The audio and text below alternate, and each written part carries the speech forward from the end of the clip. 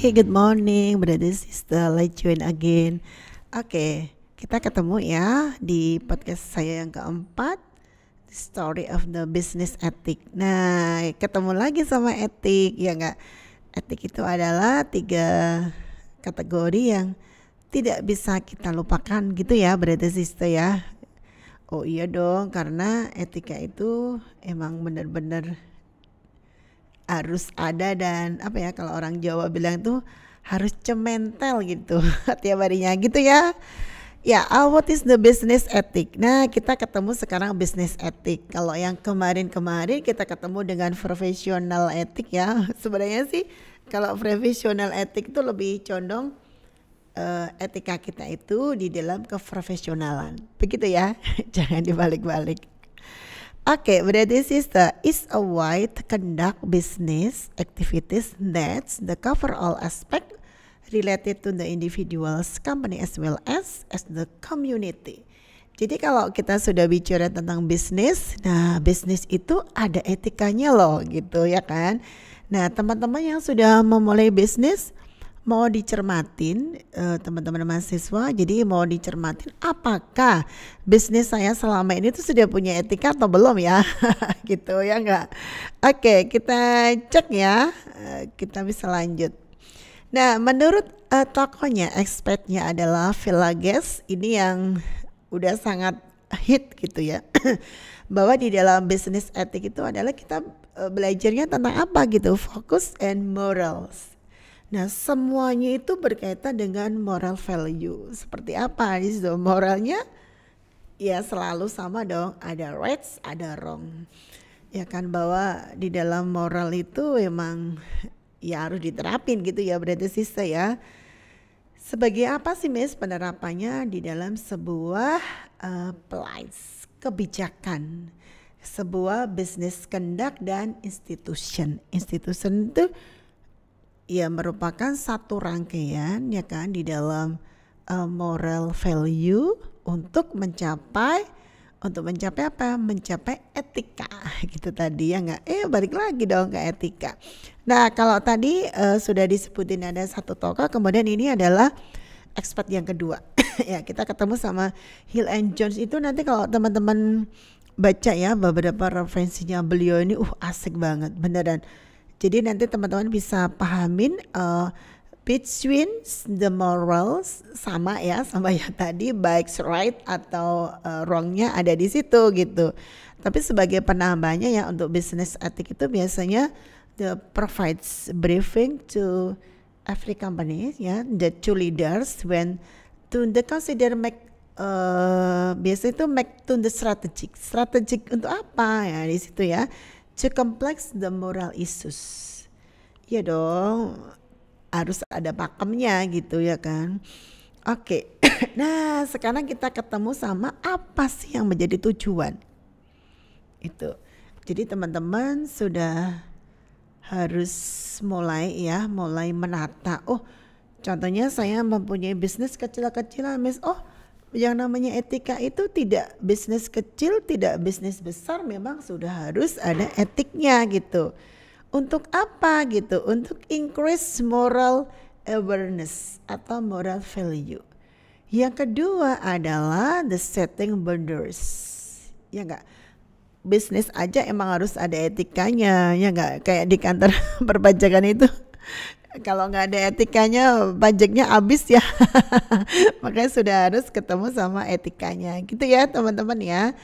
Jadi untuk meningkatkan kesadaran moralnya, moral itu kan tadi udah ada 2 ya, the differences. Kalau dibilang sama Hill and Jill tadi bahwa moral value itu ada the rights, ada wrong gitu ya.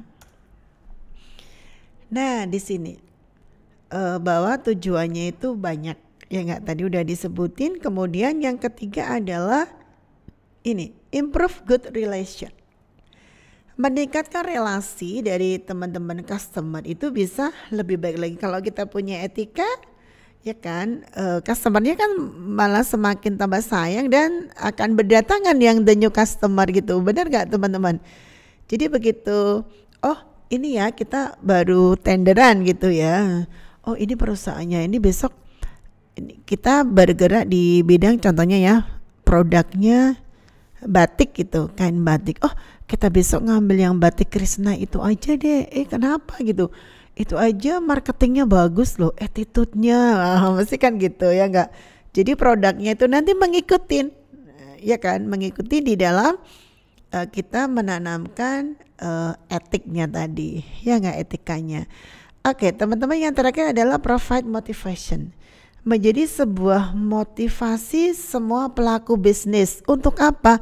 Untuk meningkatkan etikanya. Begitu etikanya sudah meningkat, kira-kira kalau teman-teman berpikir ya, dari manajer, kemudian di bagian marketing, staffnya dan bos-bosnya gitu yang di atas, sampai ke employersnya, sampai ke karyawan-karyawannya, semuanya punya etika yang bagus. Kira-kira produknya memberikan motivasi nggak? Banget. Ya gak, makanya sekarang ini ya baru hits. Teman-teman mesti pernah dengar kata healing gitu ya. Jadi di dalam sebuah instansi itu dalam 1 minggu, ya paling tidak sih kurun waktunya 1 bulan ya teman-teman ya, itu sudah ada pendidikan moral value. Untuk apa, Miss? Jadi untuk menanamkan kekuatan di dalam perilaku dari karyawan sampai ke bosnya. Dengan cara apa? Dengan cara kajian gitu. Dikasih nih moralnya yang bagus gitu. Ya kajian monggo aja ya, itu masing-masing instansi atau sebuah perusahaan. Nah, sebagai prinsipnya apa? Ini yang teman-teman tidak boleh lupain. Bahwa etika itu tidak hanya dari mindset kalian bahwa etika itu harus ngajeni dan sebagainya. Enggak, bahwa etika itu mempunyai beberapa prinsip gitu ya teman-teman. Ada autonomy, kemudian honesty, just take, dan sampai mutual benefit. Ini yang terakhir itu kita ketemu sama simbiosis mutualisme gitu ya. Nah teman-teman, bahwa di dalam sebuah instansi atau perusahaan itu menerapkan etika bisnis itu rugi apa enggak, bahwa malah mempunyai beberapa manfaat ya, berarti sister ya. Yang pertama adalah to strategic interest yang tadi sudah saya kupas. Yang kedua adalah make a change, ya berarti menjadi perubahan yang mendasar. Bahwa nanti terlihatnya di dalam peningkatan produk dan sebagainya, itu akan terlihat di dalam progresnya, ya enggak? Nah, kita ketemu dengan ini yang kita bahas spesifiknya terhadap sebuah company. Have a good reputation, kemudian the generating trust, maximum profit, sampai upholding moral. Nah ini yang teman-teman perlu pahamin. Dari memiliki reputasinya yang oke, kemudian bisa menimbulkan sebuah kepercayaan yang sudah saya contohkan tadi. Bahwa batik Krishna itu begitu dengar gitu kan, besok kita pakai produk dia aja deh. Nah dari kantor ke kantor, ternyata ini ya pelayanannya prima dan sebagainya. Pelayanan prima di podcast berikutnya. Ya enggak? Oke, teman-teman, kita juga ini ya harus menerapkan. Nah, di sini faktor di dalam sebuah bisnis etik. Yang penting itu adalah yang pertama adalah honesty. Kejujuran itu sudahlah, jangan pernah bilang kalau jujur itu hancur loh. Maksudnya adalah kejujuran itu dibutuhkan di dalam kita adalah menerapkan di bisnis etik, ya enggak? Ada ya being adults, menjadi sebuah kedewasaan yang luar biasa gitu kan. Yang ketiga ya real life itu mengembalikan kehidupan kita itu di dalam sebuah perusahaan menjadi lebih sehat, ya enggak? Ada name person well, kemudian polite and friendly. Nanti teman-teman bisa ngupas lebih oke lagi ya gitu.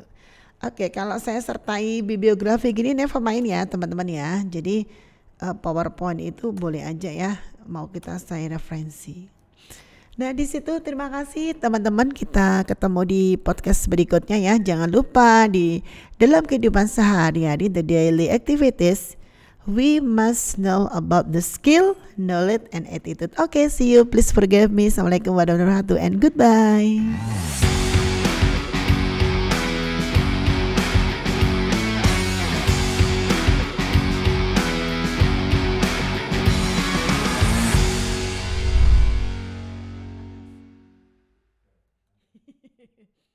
5. Nah, itu tadi belum aku kasih, Mas. Ini juga belum.